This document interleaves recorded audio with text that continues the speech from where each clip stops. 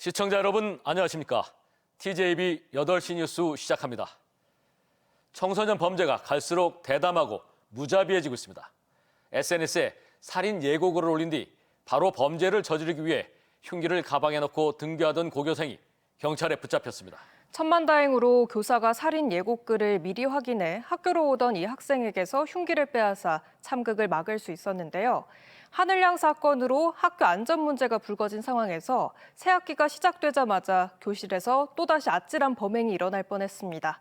전유진 기자의 단독 보도입니다.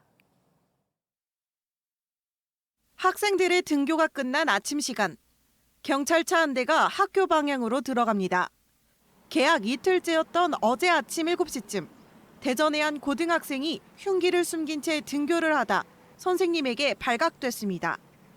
A 학생은 전날 SNS에 평소 갈등이 있던 친구를 대상으로 살인 예고글을 올려 다른 학생들이 이를 교사에게 신고한 것으로 알려졌습니다. 등교하는 학생들이 적은 시간대라 다행히 다친 학생은 없었지만 검거가 조금이라도 늦어졌다면 아찔한 범행으로 이어질 뻔했습니다. 학년 부장님과 이제 면담을 했고, 그 다음에 이제 해당 학생은 이제 분리 조치가 좀 필요하니까 학부모님 오시게 해가지고 즉시 육아 질주에 시켰고요. 학교 측은 살인 예고글을 사이버 폭력으로 규정하고 흉기를 들고 등교한 A 학생을 오는 14일까지 출석 정지 처분을 내리는 한편 경찰에 인계했다고 밝혔습니다.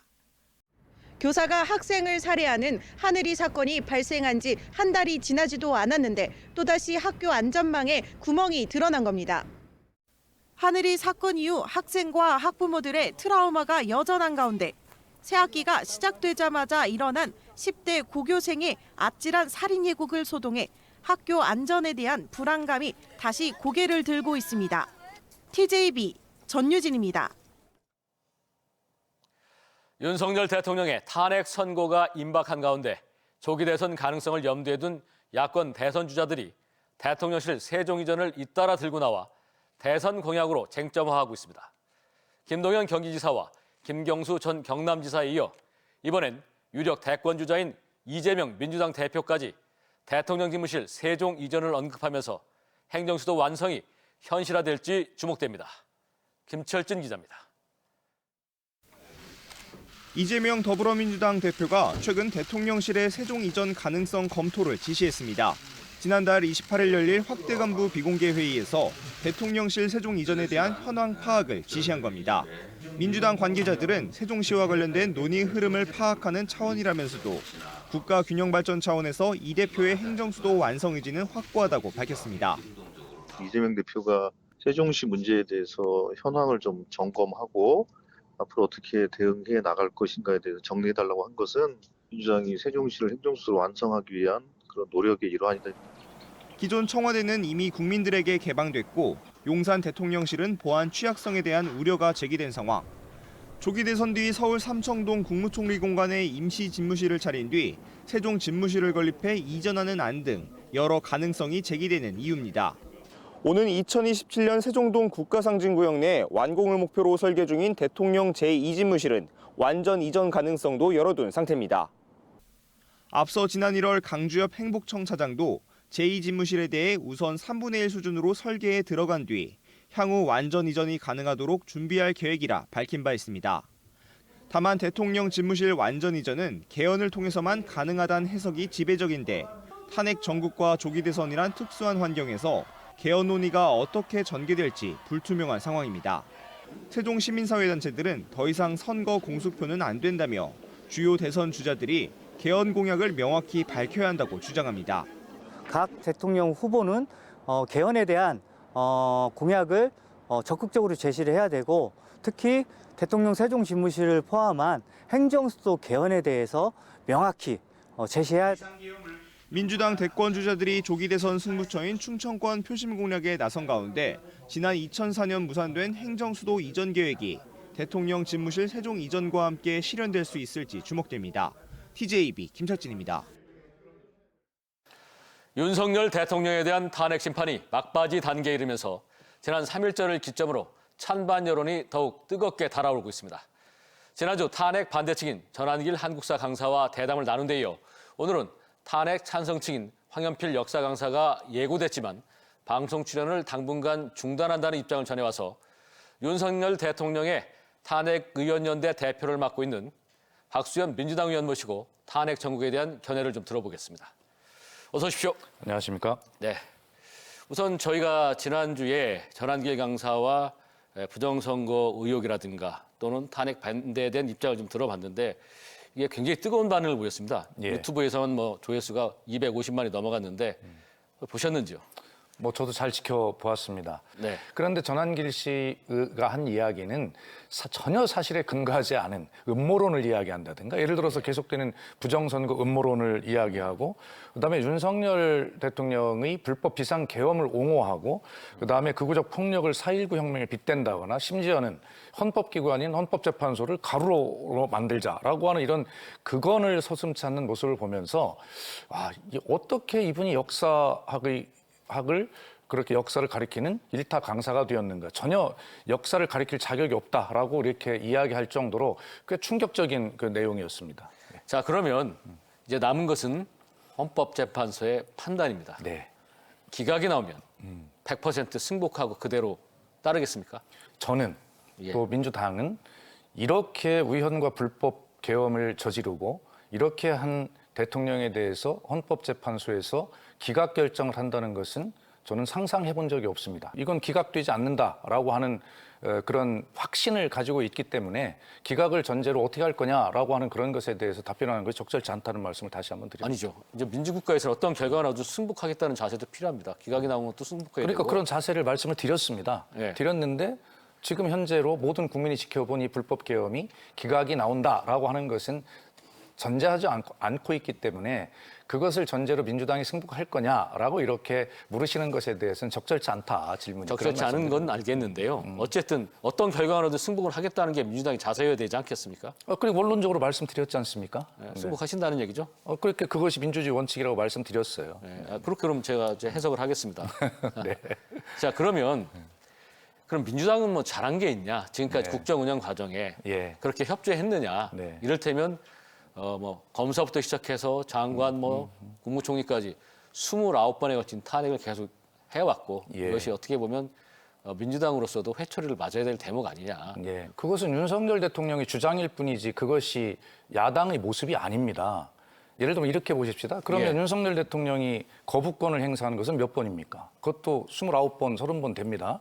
그런데 국민께서 잘 아시지만 국회라고 하는 것은 타협과 상생, 협치의 산물이 되는 민주주의 장 아니겠어요?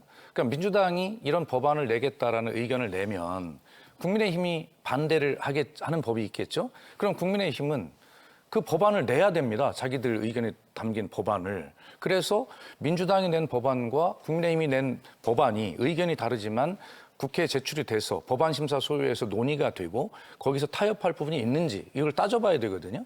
그런데 국민의힘이 어떻게 했습니까? 그것에 대해서 법안을 낸 적이 없어요. 그리고 무조건 논의도 하지 않는 거죠. 그러니까 민주당이 낸 법안은 무조건 잘못됐으니 반대합니다. 그리고 대통령이 거부권을 건의해요. 이게 잘한 겁니까? 이게 여당의 태도인가요? 자, 여기서 탄핵 과정에서 또 들여다보면 이런 게 있어요. 예, 아까 말씀하셨죠. 국무총리를 이제 탄핵을 했죠. 왜 헌법재판관을 임명하지 않았느냐. 그렇습니다. 그 다음에 이제 최상목 그 부총리가 약간 이제 고민을 하니까 또 탄핵을 하겠다는 듯이 또 이제 계속 경고 카드를 들고 나왔죠. 그렇습니다. 그 이면에 보면 예. 탄핵을 좀 빨리 이뤄지게 해서 이재명 대표의 대선길을 열어주겠다. 조급함이 좀 보였는데 어떻게 생각하십니까? 글쎄요. 다시 한번 말씀드리지만 헌법을 위반한 국무총리와 경제부총리를 탄핵해야 하는 것은 국회의 의무입니다. 이 국회의 의무에 동참하지 않고 있는 국민의힘이 이 헌법을 위반하는 것을 지금 책임을 방기하고 있는 것이에요. 민주당이 심하다라고 하는 그런 말씀은 그들의 이야기일 뿐입니다. 민주당은 하고 있는 일을 하는 것이죠.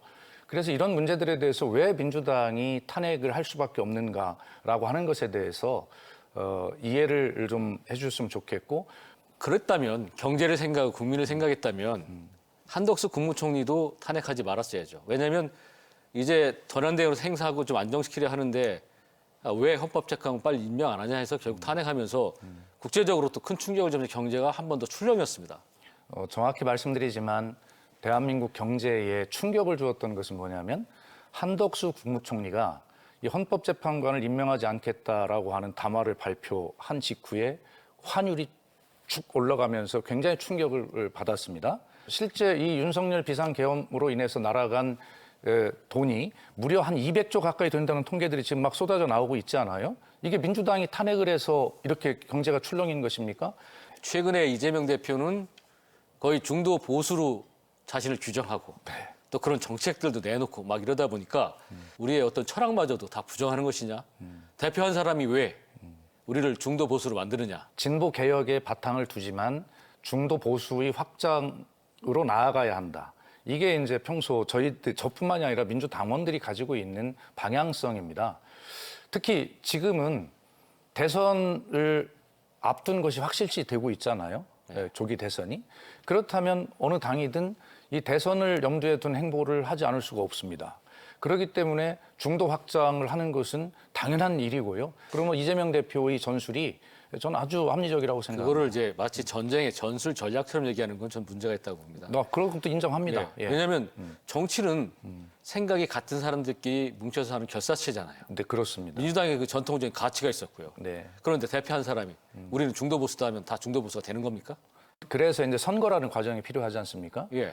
이재명 대표 믿지 못하겠어. 이건 선거 전략일 뿐이야. 그렇게 생각하시면 표를 안 주시는 거예요. 당선이 안 되겠죠.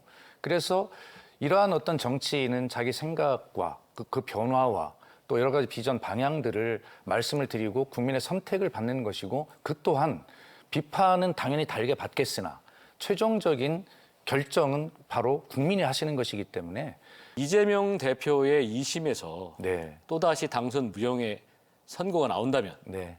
이재명 대표는 계속해서 대선을 향해 갑니까? 아니면 중도 사퇴하고 아마 그건 어렵지 않을까 생각을 합니다. 이재명 대표를 민주당 계열의 이 역사에서 연속으로 당 대표로 선출한 전례는 김대중 대통령 이후로 처음이라는 건 아닙니까? 예. 그것도 압도적으로 당선을 시켰는데 그때도 이미 소위 사법 리스크라고 하는 이런 것들이 다 전제가 돼 있었어요. 그리고 당 대표가 되면 대통령 후보까지 갈 거다. 그랬어요. 뭐 미국의 트럼프 대통령은 어땠습니까? 소위 그 기소되어서 소위 범죄자 사진 찍는 머그샷도 찍고 그랬잖아요. 대통령 됐잖아요. 네. 뭐 꼭 같이 비유를 할 수 없겠습니다만 그럼 모든 국민들이 이재명에게는 이런 문제점이 있구나 다 아시고 그리고도 또 투표를 하시게 될 거란 말입니다. 여기서 중요한 게 그건 아니죠. 뭐냐면 그래서 본인이 2심에서도 유죄를 받았습니다. 당선 무효이 됐습니다.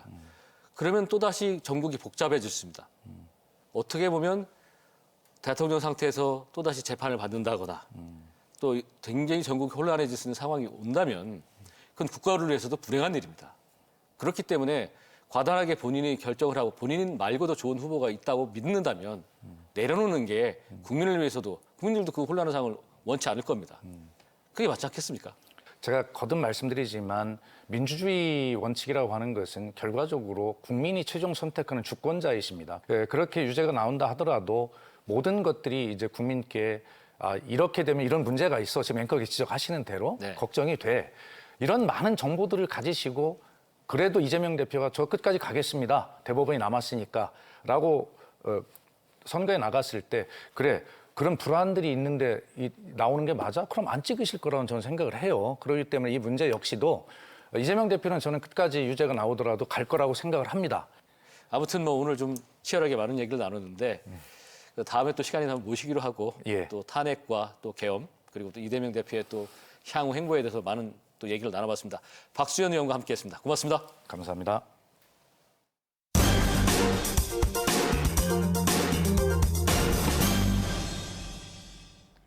김태흠 충남지사가 청양 지천댐 사업과 관련해 충남 미래 100년을 책임질 사업이라며 댐 건설 지역에 대한 전폭적인 지원 약속과 함께 강력 추진 의사를 다시 한번 밝혔는데요.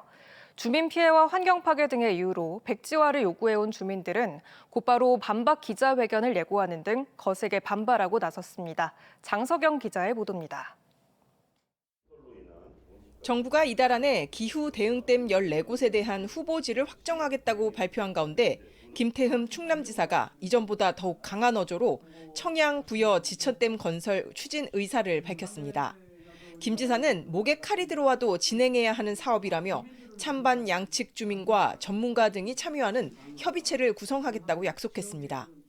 충분한 협의와 논의를 거치는 동시에 댐 건설 지역에 대한 지원도 대폭 확대하기로 했습니다. 시행령 개정으로 국가 지원이 330억에서 770억으로 증액됐고 도에서도 1,000억 원을 추가 지원할 것임을 강조하며 주거, 산업, 농축산, 관광 분야에 집중 투자하기로 했습니다. 반대 대책위가 주장하는 상수원 보호구역 지정과 숙박, 음식업, 공장 설립 제한 등 절대 규제는 없을 것이라며 청양 군민에게 피해갈 일은 발생하지 않는다고 못 박았습니다. 주민들이 협의체를 통해서 우려하고 염려하는 이러한 부분들 해소하고 또 지역 주민들이 또 지역 발전을 위해서 요구하는 이런 사업들이나 현안 이런 문제들을 저희가 수용을 하고 이에 대해 지천댐 건설을 반대하는 주민들은 백지화 요구에는 변함이 없다며 댐이 건설되면 인구 감소와 마을 공동체 파괴, 지역 소멸이 가속화될 것이라고 주장했습니다. 협의체 구성 제안은 댐 건설을 위한 눈속임이라며 찬반에 따라 주민들을 분열시키는 시도를 당장 멈출 것을 촉구했습니다. 대한민국에서 보면 댐이 건설되어서 인구가 늘고 발전한 지역은 없습니다. 그리고 규제로 인해서 어려워집니다. 그리고 충남도가 지원하겠다고 하는 사안들은 댐이 아니라도 지천댐은 청양군 장편면과 부여군 은산면 일원에 저수용량 5,900만 세제곱미터 규모로 건립될 예정으로 지난해 반대 측 주민들의 반발로 논의가 중단된 바 있습니다. TJB 장석영입니다. 지난 3일절 연휴 기간 대전시 공용 자전거인 타슈의 전산 시스템이 해킹 공격을 받아 운영 중단된 것으로 파악됐습니다. 지난 2일 오후 11시 40분쯤 해킹 공격을 받은 타슈 서비스는 랜섬웨어 감염으로 운영이 중단됐고 약 36시간 뒤인 4일 오전 11시쯤에야 복구가 완료됐습니다. 단일 서버로 백업 시스템이 부재해 복구에 시간이 소요된 것으로 파악된 가운데 대전시는 개인정보 유출 피해는 없었다며 랜섬웨어 공격 경위 등을 조사하고 있습니다. 태안군 인구가 끝내 6만 명 아래로 줄어들면서 지난달 기준 5만 9,884명이 됐습니다. 태안군 인구는 서산군에서 75년 만에 분리돼 복군된 1989년 당시 8만 4,929명이었지만 1999년 6만 9,162명으로 감소하면서 7만 명대가 무너졌고 이후 2017년 한국서부발전본사 이전 등으로 잠시 증가 추세였지만 이듬해부터 다시 감소세로 돌아섰습니다. 65세 이상 인구가 35%를 차지하는 태안에서는 하루 평균 0.46명이 태어나는 반면 2.06명이 사망하면서 연간 자연 감소만 600명에 육박하고 특히 올해부터 태안화력발전기 10기 중 6기가 단계적 폐지될 예정으로 인구 감소는 더 가속할 전망입니다. 기준치를 넘는 유해물질 페놀을 포함한 폐수를 불법 배출한 혐의로 기소된 HD 현대오일뱅크 전현직 임원들이 1심에서 실형을 선고받은 가운데 서산시가 재발 방지 대책을 촉구했습니다. 서산시는 수년간 다량의 폐수를 불법 배출한 건 단순 과실이 아니라 조직적 계획적 위반 행위라며 진정성 있는 사과와 재발 방지 대책을 실행해 지역사회가 신뢰할 수 있도록 안전망을 구축하라고 요구했습니다. TJB는 헌법재판소의 윤석열 대통령에 대한 탄핵 선고를 앞두고 반대와 찬성 측의 의견을 듣기 위해 지난주엔 반대 측으로 유명 역사 강사인 전한길 씨와 대담을 가졌고 오늘은 찬성 측으로 민주당 박수현 의원과 말씀을 나눴습니다. 저희는 지난주에도 그랬지만 이번 주에도 공격적인 질문을 통해 양쪽 진영의 주장을 보다 명확하게 담아내고 이를 통해 시청자 여러분들의 판단의 장을 마련해드리면서 균형을 맞추려 했음을 알려드립니다. 뉴스를 통해 보내드린 대담은 시간적 제약으로 편집을 한 축약본이고 확장된 버전과 함께 주제별로는 쇼츠로 제작해 유튜브로 송출되는데요. 유튜브에서 TJB 뉴스를 검색해 시청하시면 됩니다. 이상으로 뉴스를 모두 마치겠습니다. 고맙습니다.